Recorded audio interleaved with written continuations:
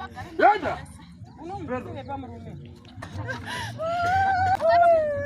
Asante yako ni chai uraira baba mji wangu kainura fairi. Urukoshinzo. Namuuza ngapi kumwambia asante yangu. Sakarona ile watu wanda kumura. Kana watu hapa kwa garani. Anaona utoro machira. Machira yiko. Machira wana machira. Ani wakati wa machira. Ngara pawasi. Ndakutorera muzima mwana. Nditanga machire muzima wandu musha. Urudzi ukare varuda kukuza kugara pavana ivava. Vana vadiki kuda kungwarisa. Havapagara. Uya udzi ashanzi yake iri kugara papa pamukoma wangu kuti ife. Urai ndinomuchinya. Izvezvi ndinomuchinya ngaabve pamukoma wangu paari kugara kutora alejisasi. Ovaseva. Avanopedza vana vakazvitodza. Ndakabvira ini. Ini vakadla ina nyasha. Ini vakadla mwana wake. Ini ndakangomutsora. Unodai pano. Waveko pano uyu. Mwana wapisa uyu. Waveko ndina iwe.